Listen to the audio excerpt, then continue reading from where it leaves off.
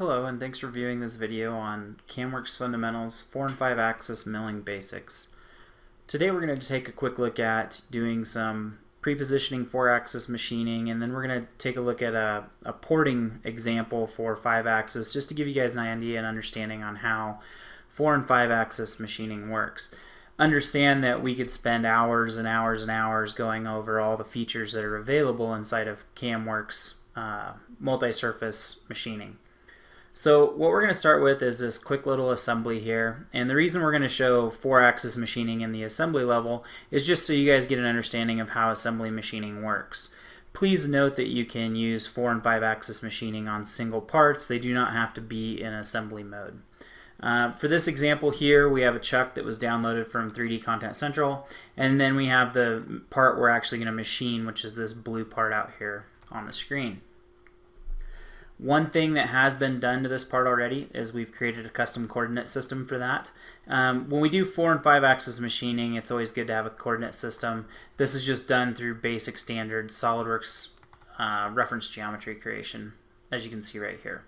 If you want to know more information on creating that, please look at the SOLIDWORKS help file or consult a SOLIDWORKS training manual for guidance on how to do that per part.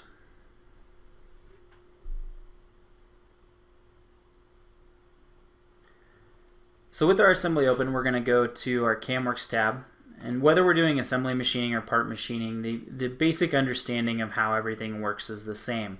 The only difference is when we go to select it, we will actually define the part that's going to be machined, and then we'll assign these fixtures here in a little while so CamWorks knows to avoid those tools.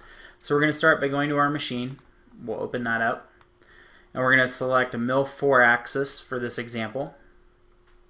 So you'll highlight it, hit the select button. This will create this setting over here so it knows which one to use. And then what we're going to do is we're going to jump over to our setup tab.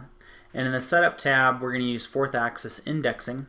If we were doing 5-axis, you could do 5-axis. We'll just leave it at 4.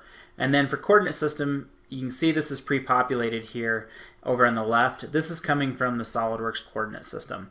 You can create as many coordinate systems as you want inside of SOLIDWORKS and then import that over here. We're just going to select that so it has a reference of X, Y, and Z.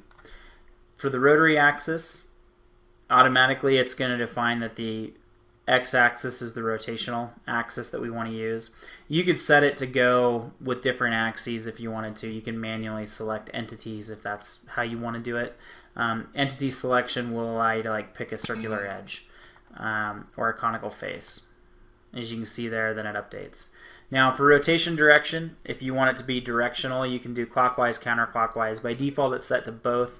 And then for 0-degree position, or where it's actually going to start from, we're just going to highlight this face here, and we're just going to click a flat face out on the SOLIDWORKS part.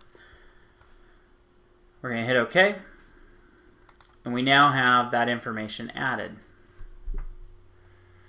Now you'll notice mine automatically went through and did feature recognition. I'm going to go ahead and remove these so we can step through that process again. So with our setup selected, we're going to go ahead and we're going to go to the Part Manager area, and we're just going to double click on that to access it. And then we have the ability to select what part we want to machine. Now, one of the nice things about assembly machining is if you have one part and let's say you do a pattern inside of SOLIDWORKS, you can just say add all instances and it will automatically add all those and group them together as a like instance. So you only have to program the one part and it applies the tool paths to all of them. So if you're doing like a big table fixture in assembly machining, you can just pick one, then automatically program all of them from just one part. That's a pretty nice setup so you don't have to go pick a million holes on an assembly fixture just because it's the same features over and over and over. So we'll just go ahead and hit OK with that part being selected. And again, you'll notice mine automatically went through and did feature recognition. You'll notice the feature recognition comes from our options over here. When we do an update, we can tell it what to look for. So always update tool paths.